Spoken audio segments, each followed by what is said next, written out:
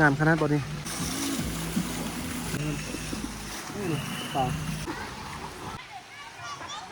นอนเอาล่างทูบไว้มันจริงไว้แบบนั้นแหละยุงตัวมันก็ใหญ่ซึ่งว่าเรามาเที่ยวต้านำกัดโยลบานี่ก็จะมีหลากหลายกิจกรรมเนาะให้เราจะเข้าไปเที่ยวชมราคาแต่ละกิจกรรมก็จะบ่คือกันทางเข้าจะอยู่บนนี้ส่วนบอลซื้อปีก็จะอยู่ทางด้านนี้เนาะเห็นตอนนี้บอลลังก็ซื้อปีแล้วเฉพาะปีที่เราซื้อเข้าไปเที่ยวชมบริเวณนี้ผู้หนึ่งนี่42 บาทกีบเนาะต่อคนต่อปีแบบนี้หลังจากซื้อปีอยู่นี่แล้วเราก็เข้าไปทางด้านนี้เนาะเพื่อจะไปเที่ยวชมส่วนราคา42,000กีบนี้เป็นราคาที่เฉพาะเข้าเที่ยวชมเท่านั้นเนาะจะพาไปเบิ่งไฮไลท์เนาะบอนที่ส่วนหน้าเห็นนักท่องเที่ยวมาเล่นเขาจะมาถ่ายรูปกันเป็นบอนนี้เนาะบอนนี้จะเป็นบอนเขาจะเอาก้อนหินมาเรียงกันเป็นไฮไลท์ให้นักท่องเที่ยวมาถ่ายรูปมาเก็บภาพมาเช็คอินบอนนี้เนาะก็คือที่บอลังในเวาเนาะอยู่ต้านน้ำกัดเยลปานี่จะมีกิจกรรมหลากหลายอย่างให้เราซื้อปีเข้ามาเนาะจากซื้อปีเข้ามาเที่ยวชมก็ได้แต่เที่ยวชมหรือว่าจากซื้อปีเข้ามาขี่รถ4 ล้อก็ได้นะหรือว่าจากขี่สลิงเที่ยวน้ำตกมีหลายอย่างนะโอ้เห็นฝรั่งน้อยคนขาดขนาดฝรั่งน้อยขี่รถจักรไปนี่ลองมึง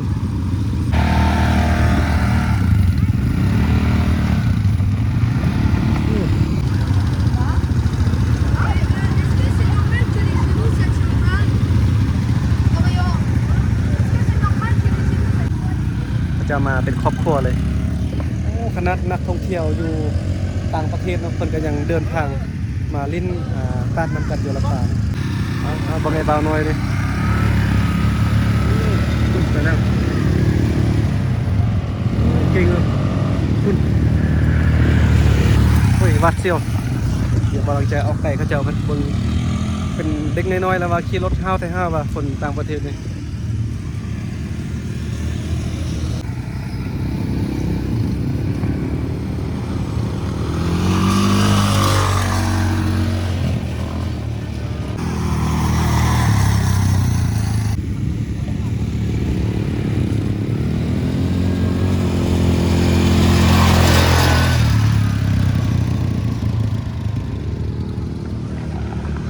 โอ้เก่งแต่น้อยเนาะนักท่องเที่ยวแต่คนต่างประเทศเลยคนฝรั่งนะกำลังบอมอยู่เดี๋ยวนี้นะ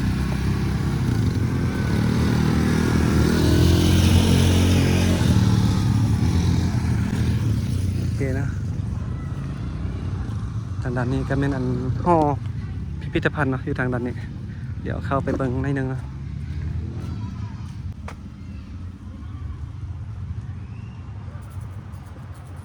ทางด้านนี้ก็เป็นห่อพิพิธภัณฑ์เนาะ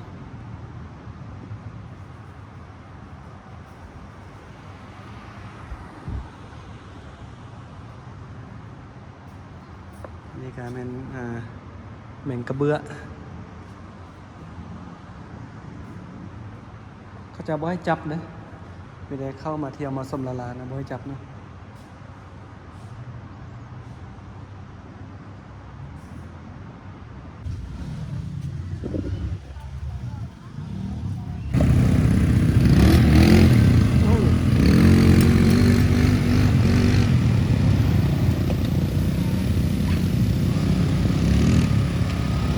ขี่รถในห้าวขนาดไหนในเมืองต่างประเทศนะ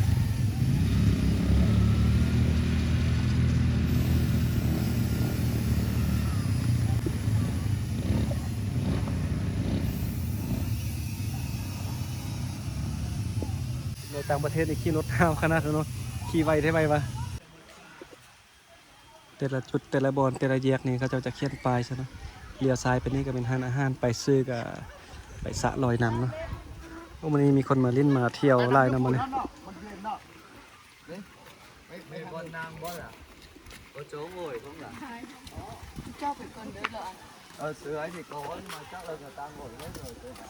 ส่งสงกรานต์ไปนี่นักท่องเที่ยวมาเล่นมาเที่ยวอะไรสำหรับวันนี้ก็เป็นวันที่17เนาะเดือน4ปี2026หลังจากเลี้ยวสงกรานต์กับวันนี้ก็มีไล่ครอบครัวเนาะพาครอบครัวมาเล่นมาเที่ยว ตาดน้ำกัดเยละป่าเอาเดี๋ยวบอลังจะพาไปเบิ่งบอนสะลงเล่นน้ำก่อนเดี๋ยวนี้นะ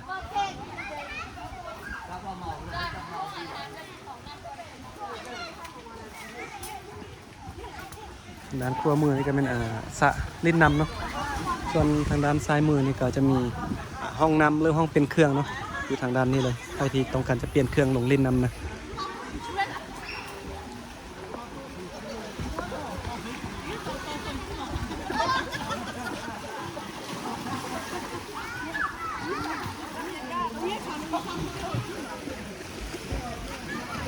อยู่ฝั่งนั้นจะเป็นขันสระน้ำของเด็กน้อยเนาะส่วนทางด้านนี้ก็เป็นสระน้ำของผู้ใหญ่เพราะว่าเท่านี้มันจะเลิกนะวันนี้ก็วันขึ้นไปขี่สไลเดอร์นะเดี๋ยวจะพาขึ้นไปทางด้านนี้เบิ้ง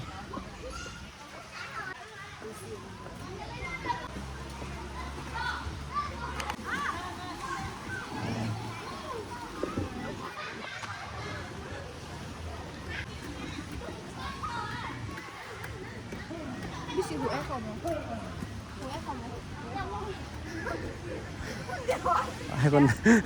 ให้คนตุ้ยไปก่อนวันนี้ลองเบิ้งนอนลงแม่ขันบนนอนไปบ่ไหว้นอนเอาล่างทู่ไปนะ ไปบ่โอ้บ่ไป มาได้ใส่เสาเนี่ยพงศลีป้ามาไก่เนาะนอนเอาล่างทู่ไปมันจริงไปแบบนั้นแหละบ่ต้องจับอ่ะ แถวบริเวณที่นำกับประมาณนี้เนาะ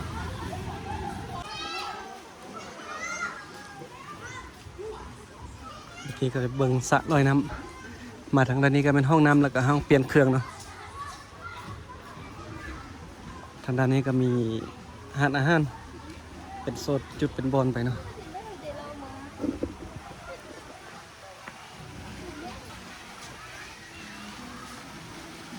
มีป่าด้วยอย่างนี้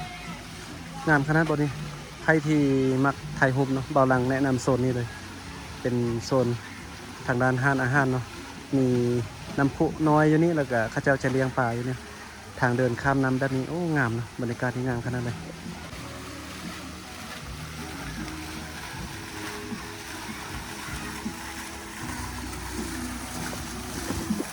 ปลาลายเท่าไรไปอยู่นี่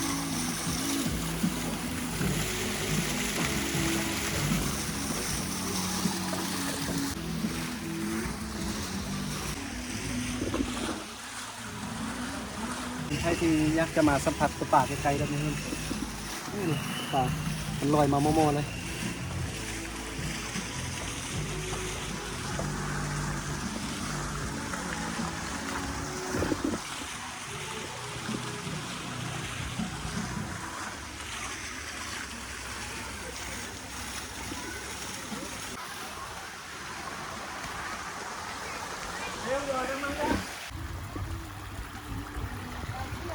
โอเคนะเดี๋ยวนี้ก็พามาเบิ้งโซนที่เฮ็ดแคมปิ้งเนาะใครที่มักนั่งแคมปิ้งบ่หรือว่ามักที่จะนอนกลางเต็นท์เนาะอยู่ทางด้านนี้เลยส่วนว่าอยู่เที่ยวเดินนี่ก็ระหว่างกลางเดินนี่จะมีแม่น้ำเนาะ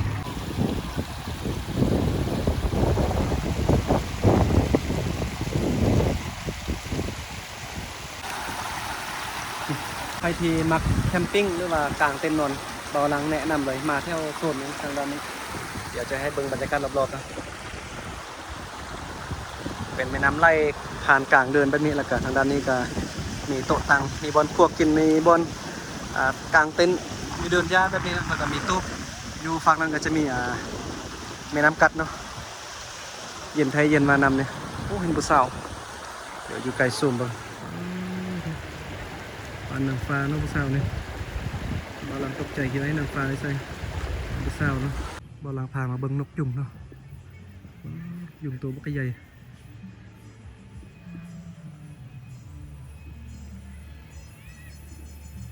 มีลายตัวขนาด